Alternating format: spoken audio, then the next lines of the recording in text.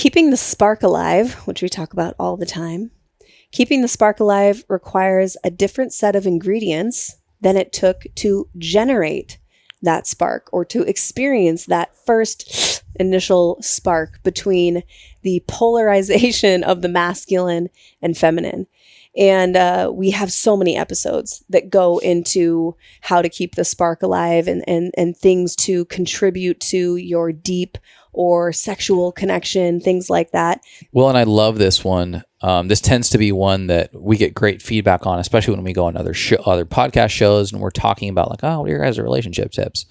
And because it kind of blows people's mind, the spark in a relationship is something that's been very much coined in mainstream relationship. It's the baseline for every fucking rom-com ever. There's a spark. There's an opportunity, whether it's love at first sight or it's that friend who turns into the romantic partner type of energy. There's this clear energy, and it's a spark. It's like lightning strikes, and all of a sudden you've got a flame. Well, let's just continue with that analogy. That's kind of happenstance. Mm-hmm. You've got this sort of negative and positive, masculine and feminine, as we like to call it, charge that when properly polarized creates this flame, this spark, the flirtation of love, if you will.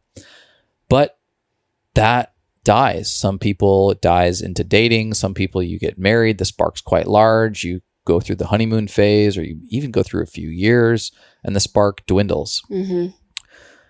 That environment that created the spark included novelty, included spontaneity, included a strong masculine and a strong feminine. Whether you're male or female, doesn't matter. It's those two energies that create the spark.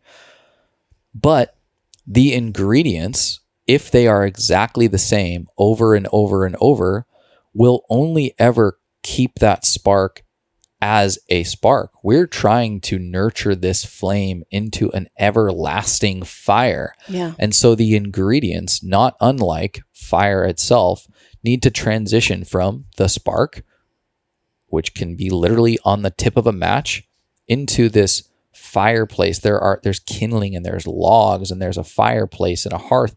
There's these ingredients that need to be set in place in order to nurture the flame into something that evolves and matures into a deep relationship. And that cannot be done using the same thing, in which in many cases was just kind of happenstance and random to start the relationship off to begin with.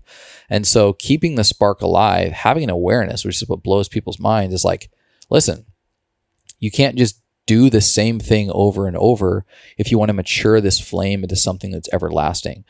What's okay is to assess why the spark happened. Oh man, novelty. That was really important for us. Or we were really playful in the beginning. Super playful. We Wow. were always finding new dates, new activities to do together, and it created a lot of fun and flirtation within our relationship. Wow, we were really leaning into artistry. There was something that felt artistic. Yeah. We haven't had that in a relationship in a long time.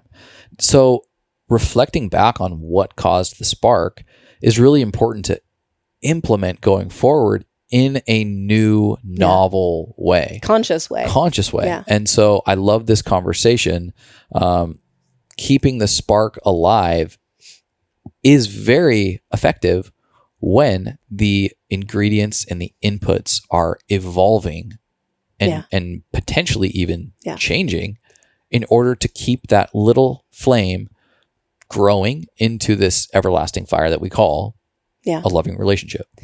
Pop culture, mainstream media, whether that's TV or movies, will paint a picture that it's normal for a married couple, especially, to basically, when they get into their 40s, 50s, 60s, like just kind of put up with each other. As business partners. We're roommates that know each other really well. We get along. We might have a friendship, but is there that admiration and that love, that flame? Is it still there? And this is your invitation to reject that mainstream depiction of long-term relationship.